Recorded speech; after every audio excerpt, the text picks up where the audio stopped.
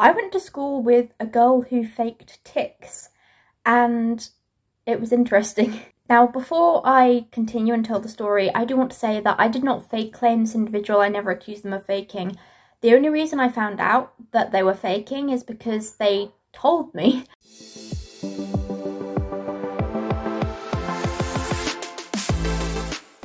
I never think it's okay to fake claim anyone, even if you have the condition yourself, because the only way you'll really be sure is if they tell you that they're faking, like this girl did tell me. So it started, I think I was in year 10, I think I just started it. The new year 7s had come into school, and I was spending time with this boy in year 7 as he had Tourette's, and I knew he was struggling because my head of house told me that he's been struggling and wanted me to spend some time with him and stuff. So I was sitting with him at lunch. I was talking to him about having tics and stuff and just relating to him, trying to help him feel less alone and stuff. Here comes the girl who faked Tourette's. She made friends with us, and we were all sitting there ticking together, not suspecting anything. She said that she had Tourette's since she was born, but she didn't develop the tics till she was 5 years old. And that made sense to me because, like, it said that Tourette's is genetic, so people technically have it all along in their DNA, but they don't develop the tics till a certain age, and she said she developed hers when she was 5. And I was like, that makes sense. That's, like, sort of a common age to develop the tics. Her tics were very realistic. She had some quite intense head and neck jerks and would say phrases and stuff, and just the way she did it, it did not look fake at all.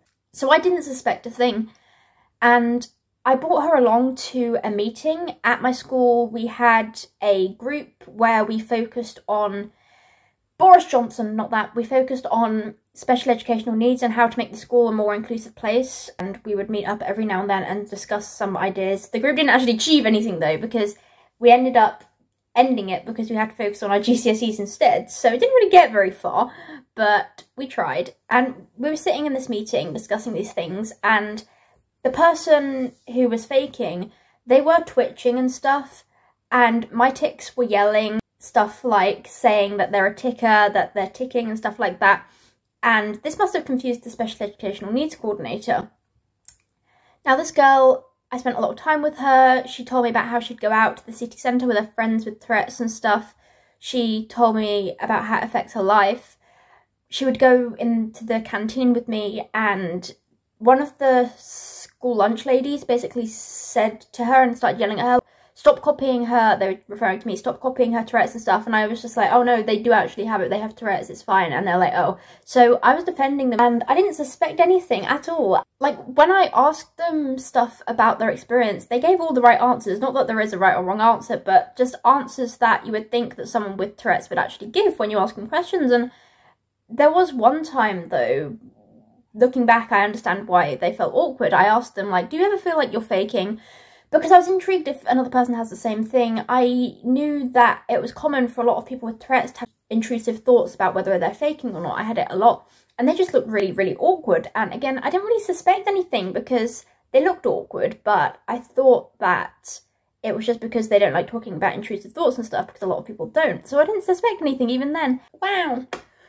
I was only asking it because I wanted to know if they had the same thing as well. And the thing is, a lot of people said that they never ticked in class, and if they did, it was only very subtle. And still, I didn't suspect anything, because I was like, they're probably suppressing, like, a lot of people suppress tics in class and then let them out at lunch or at break, so I was like, that doesn't mean anything.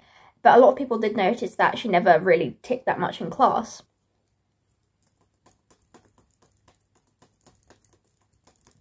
It had been about a week of us being friends. Wow!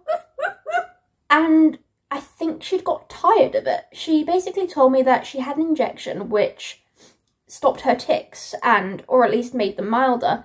And she told me that, and I believed her because I did know that there is such a thing as an antipsychotic injection, and it's not commonly used, but it can be used.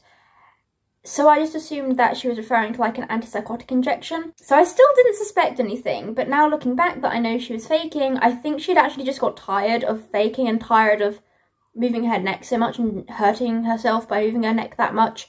I think she'd got tired of it and thought that the only way to be able to stop with an explanation that's quick is to say she got an antipsychotic injection, because like the other medications I feel like take longer to work, but then that probably does too. But she just said that, and now I think I know why. I think she's just tired of faking and hurting her neck by jerking all the time.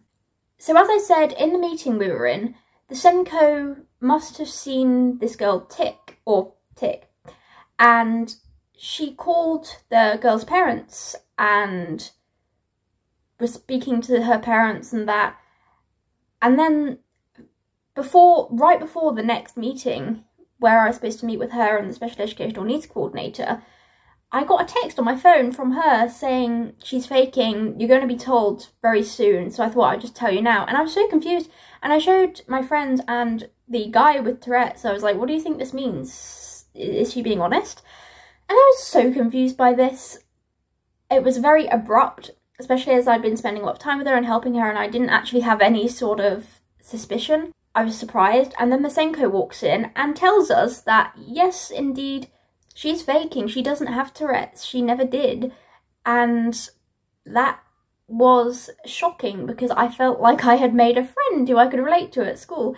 And they were fake. And all the stuff they told me about how they developed it and their experiences and how they go out with their friends with Tourette's, it was all a lie. So I was completely shocked that my friend turned out to be a complete fake and didn't even have the condition.